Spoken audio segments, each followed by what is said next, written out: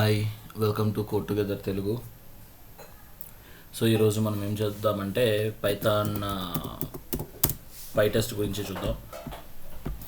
So pi test అంటే ఏంటి? First, what is pi test?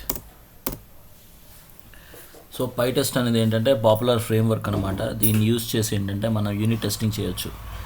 So unit టెస్టింగ్ని అంటే normal simple unit testing కాదని complex unit testing కూడా చేయొచ్చు. సో దీనివల్ల ఏమవుతుందంటే మనము ఈజీగా ఏమంటారు కాస్ట్ సేవింగ్స్ కానీ బగ్స్ని ఈజీగా హ్యాండిల్ చేయొచ్చు. సో ఎంటైర్ అప్లికేషన్ డెవలప్ అయ్యే వరకు కాకుండా అట్లీస్ట్ 1 by 1 ఈచ్ ఫంక్షన్ని మనం టెస్ట్ చేయొచ్చు అనమాట. ఫంక్షన్ కరెక్ట్గా వర్క్ అవుతుందా లేదా అని చెప్పి ఈజీగా మనం చేయొచ్చు అనమాట. సో ఈ పై టెస్ట్లో మ్యాక్సిమం మనకి కొన్ని వాడతాం. సో అవన్నీ కూడా ఏంటంటే 1 by 1 డిస్కస్ చేద్దాం అనమాట. సో పై టెస్ట్ని మనం చేయాలంటే పై టెస్ట్ అనేది ముందు ఇన్స్టాల్ చేయాలి. సో దానికోసం ఏంటంటే మీరు పైచామ్ వాడితే డైరెక్ట్గా మీరు చేయొచ్చు. లేదు పైచామ్ కాకుండా అయితే కమాండ్ ఉంటుంది. కమాండ్ ఏంటంటే దానికి కమాండ్ పిఐపి ఇన్స్టాల్ పైథాన్ అనమాట. మీకు పిఐపి కమాండ్ గురించి తెలిసే ఉంటుంది. మన ఏ పైథాన్లో ఏది ఇన్బిల్ట్ ఫంక్షన్స్ని ఇన్స్టాల్ చేయాలనుకున్నా అది వాడతాం అనమాట. సో పిఐపి ఇన్స్టాల్ పై టెస్ట్. సో ఇది కమాండ్ అనమాట. సో ఈ కమాండ్ యూస్ చేసి మీరు కమాండ్ లైన్లో ఇస్తే అది ఇన్స్టాల్ అవుద్ది. లేదు మీరు ఏదైనా ఐడీస్ వాడారనుకోండి, ఐడీస్లో మీరు ఈజీగా చేయొచ్చు. ఏం లేదు, జస్ట్ ఇక్కడ సెట్టింగ్స్కి వెళ్ళండి. ఇక్కడ సెట్టింగ్స్కి వెళ్ళిన తర్వాత ఇక్కడ మీకు పైథాన్ ఇంటర్ప్రిటర్ కనిపిస్తుంది కదా. ఇక్కడ పైథాన్ ఇంటర్ప్రిటర్ కనిపించిన దగ్గర ఇక్కడ మీకు ప్లస్ సింబల్ కనిపిస్తుంది. ఈ ప్లస్ సింబల్ కనిపిస్తే ఖచ్చితంగా మీరు ఏమంటారు నెట్ ఆన్లో ఉండాలి. లేదు అంటే మీకు రావు అనమాట. ప్రజెంట్ అది ఆన్ లేదు. Let me connect.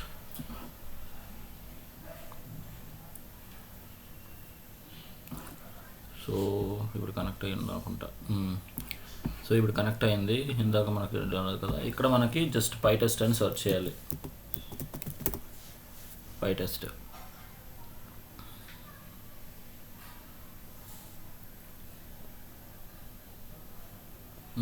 So pi test అని వచ్చింది కదా. ఈ పై టెస్ట్లో ఇవన్నీ ఏంటంటే డిఫరెంట్ మాడ్యూల్స్.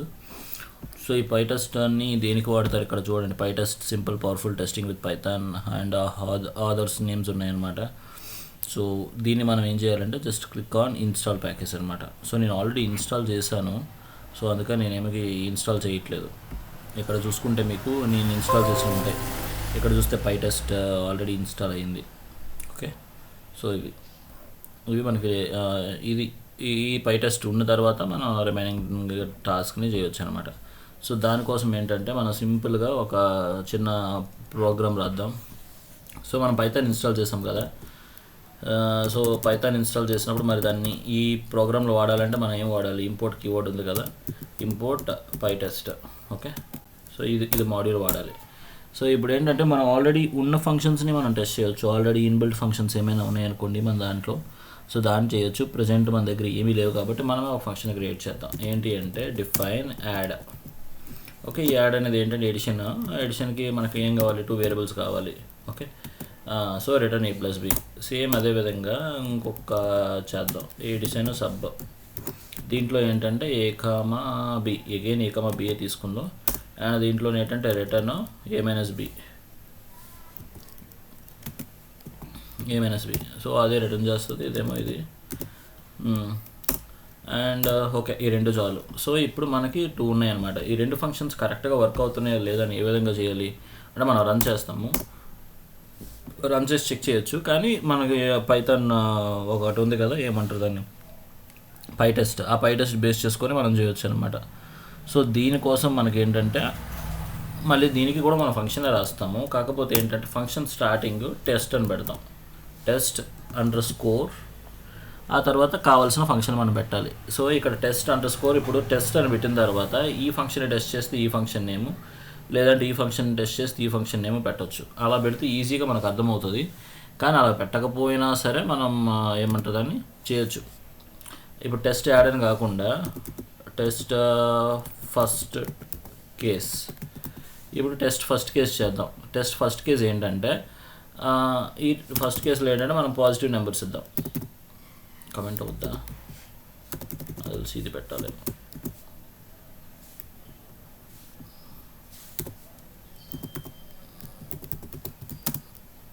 పాజిటివ్ నెంబర్ని టెస్ట్ చేద్దాం. ఓకే, మనం పాజిటివ్ నెంబర్ని టెస్ట్ చేద్దాం. టెస్ట్ ఫస్ట్ కేస్ అని చెప్పి పాజిటివ్ ఏంటంటే రెండు పాజిటివ్ నెంబర్స్ ఇస్తాము.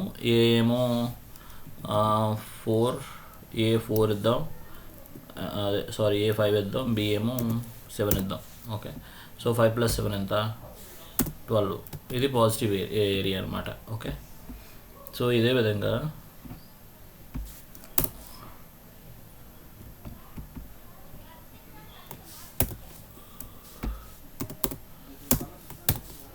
ఇప్పుడు నెగిటివ్ నెంబర్స్ ఇద్దాం. -5 అండ్ -7. -5 -7 ఆబ్వియస్లీ అంత -12 కదా. సో ఇది. అండ్ ఇంకోటి ఏంటంటే జస్ట్ రాంగ్గా క్యాలిక్యులేట్ చేసేద్దాం. డిఫైన్ సెకండ్ టెస్ట్ కేస్ అని పెడదాం ఇక్కడ. SECUND second test case. Okay, ఇదేమో థర్డ్ టెస్ట్ కేస్ ఇద్దాం. ఇక్కడ ఫస్ట్ తీసేసి థర్డ్ పెడదాం. Third case. ఈ థర్డ్ కేసులో ఏంటంటే ఫెయిల్ అయిన కేసు ఇద్దాం. ఫెయిల్ అయిన కేసు అంటే ఏంటంటే 5, 7 ఏంటంటే 10 అని ఇద్దాం. ఓకే, అది పాస్ అవుద్దా ఫెయిల్ అవుద్దా చూద్దాం.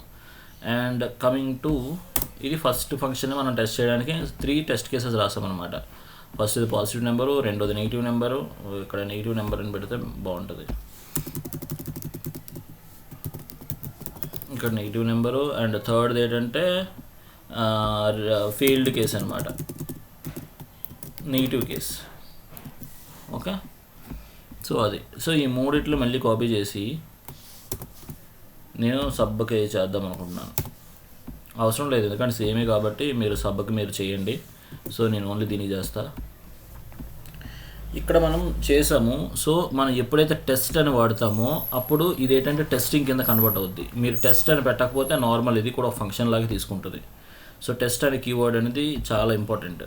ఓకే, ప్రతి ఫంక్షన్కి దేన్ని అయితే టెస్ట్ చేద్దాం అనుకుంటున్నారో దాన్ని. అసర్ట్ అంటే ఏంటంటే ఏదైనా మనం స్టేట్మెంట్ని ఓకే ఇది కరెక్ట్ లేదంటే ఇది రాంగ్ అని మనం అనుకుంటాం కదా. ఫర్ ఎగ్జాంపుల్ మీకు ఏదో తెలుసు, ఆ తెలిసింది మీరు 100% అది పక్కా కరెక్ట్ అని నమ్ముతున్నారు. సో దాన్ని మీరు అసర్షన్స్ అంటారనమాట. సో అది. సో నేనేమనుకున్నానంటే 5, 7 = 12 అని నేను అంటున్నా. సో ఈ వాల్యూ ఇది ఇక్కడ ఈ యాడ్ అయిన ఫంక్షన్కి ఈ 5, 7 అని వెళ్తాయి. వెళ్ళిన తర్వాత ఇది రిటర్న్ చేస్తుంది A + B అనేది. ఆ రిటర్న్ అయిన వాల్యూ మనకి ఇక్కడ వస్తుంది. అది ఈక్వల్ టు చూస్తుంది అనమాట. ఈక్వల్ టు అంటే ఏంటంటే సేమా కాదా అని చెక్ చేస్తుంది. సో మనం ముందే ఫిక్స్ అవుతున్నాం 5, 7 అనేది 12 అని. ఇది 5, 7 అనేది -12 అని. అదేవిధంగా మీరు నాట్ ఈక్వల్ టు కూడా ఇవ్వచ్చు. అది కూడా మీరు ఇవ్వచ్చు, నాట్ ఈక్వల్ టు అని కూడా ఇవ్వచ్చు. ఫర్ ఎగ్జాంపుల్ ఇది కరెక్టే కదా. ఇక్కడ మీరు ఇంకొక ఫంక్షన్ క్రియేట్ చేసి నాట్ ఈక్వల్ టు అని ఇవ్వండి. ఇదేంటంటే 4th కేస్ పెట్టండి. ఇక్కడ 4th కేస్. ఓకే, సో అది. సో సేమ్ అసర్ట్ అని చెప్పి ఆ పర్టికులర్ ఫంక్షన్ కాల్ చేసి ఆ పర్టికులర్ ఫంక్షన్కి ఎన్ని పారామీటర్స్ కావాలో మనకు తెలుసు. ఆ పారామీటర్స్ మనం ఇస్తాము. ఇచ్చిన తర్వాత అది ఎంత అవుట్పుట్ వస్తుందో కూడా మనకు తెలుసు. సో అవుట్పుట్ ఇస్తాం అనమాట. సో ఇది కరెక్ట్గా వర్క్ అవుతుందో లేదో చూద్దాం. ఇక్కడ చూసుకుంటే స్ట్రక్చరు మీకు కనిపిస్తుంది చూసారా, 2 ఫంక్షన్స్ ఉన్నాయి. దాని తర్వాత రిమైనింగ్ అన్నీ కూడా టెస్ట్ కేసెస్ అనమాట. సో అందుకని టెస్ట్తో స్టార్ట్ అయ్యింది. ఇప్పుడు రన్ చేద్దాం.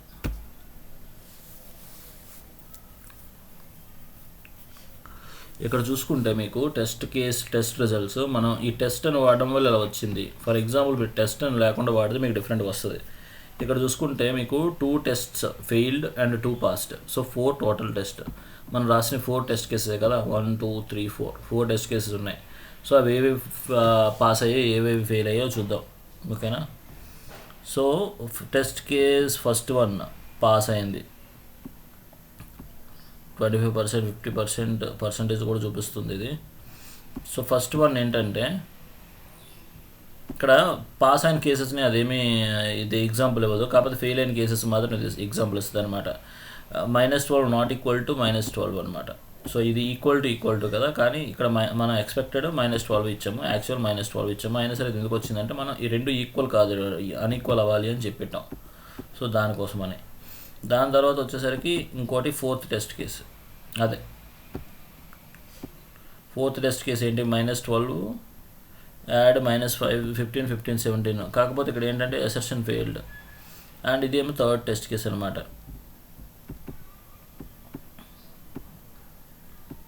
ఓకేనా.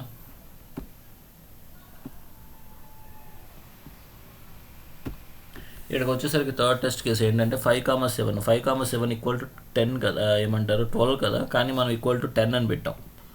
సో 12 = 10 కాదు కదా. సో అందుకని ఇది కూడా రాంగ్ అయిందనమాట. సో మనకు తెలుసు ఇది రాంగ్ అయింది. సో ఇది మనకి రెండు సమరైజ్ చేసి ఇస్తుంది అనమాట. ఓకేనా.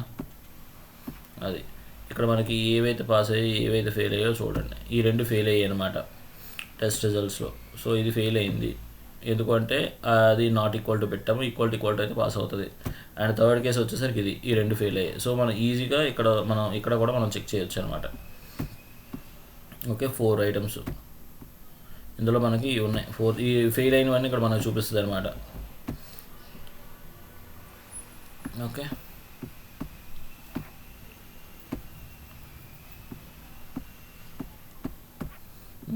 సో దీన్ని ఇప్పుడు మనం ఈ టెస్ట్ అనే కీవర్డ్ లేకుండా రాద్దాం. టెస్ట్ అనే కీవర్డ్ లేకుండా రాస్తే ఏమవుద్ది అని. సో నేను ఇంకా నెగిటివ్ కేసెస్ తీసేస్తున్నాను, ఇవి ఏంటంటే ఫెయిల్ అవుతాయి తెలుసు. సో టెస్ట్ అనే కీవర్డ్ లేకుండా మనం రాస్తున్నాం. ఇక్కడ చూసుకుంటే మీకు ఎంటీ సూట్ అని వచ్చింది. సో ఇక్కడ మీకు ఇది ఏమంటారు, మనం పైటెస్ట్ తీసుకున్నాం కాబట్టి ఇది ఏంటంటే టెస్ట్ కేసెస్ అని అర్థమవుతుంది. కానీ ఏంటంటే ఇక్కడ ఎక్కడ కూడా టెస్ట్ కేసెస్ లేవు, నో టెస్ట్ ర్యాన్.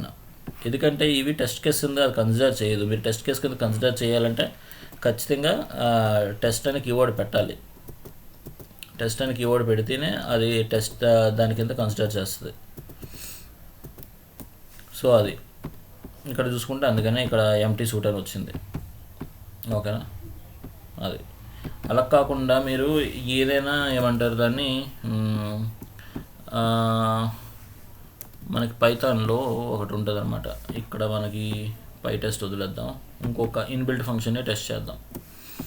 అదేంటంటే మ్యాథ్ అనే మనకి ఉంటుంది కదా, మ్యాథ్ అనే లైబ్రరీని ఇంపోర్ట్ చేద్దాం. ఇక్కడ ఏంటంటే ఒక దాన్ని టెస్ట్ చేద్దాం, ఒక ఫంక్షన్ని. మ్యాథ్ అనేలో మనకు చాలా ఉంటాయి. సో దాంట్లో దాన్ని మనం టెస్ట్ చేద్దాం. డెఫ్ అని చెప్పి, సో టెస్ట్ అని కీవర్డ్ ఖచ్చితంగా రాయాలి. దాని తర్వాత ఒక ఫంక్షన్ మనం టెస్ట్ చేస్తున్నాం. ఇక్కడ టెస్ట్ చేసినప్పుడు ఇక్కడ ఏంటంటే assert 5 = అలా కాదు, ఇక్కడ మనం డైరెక్ట్గా చేస్తున్నాం కదా assert math dot.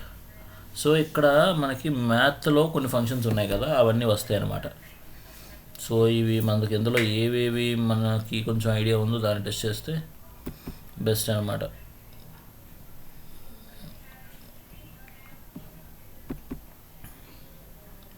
So square root test చేద్దాం. Okay, square root of 25. Okay, =5. So ఇక్కడ మనం == పెట్టాలి, ఎందుకంటే అది == అసైన్ అవుతుంది అనమాట.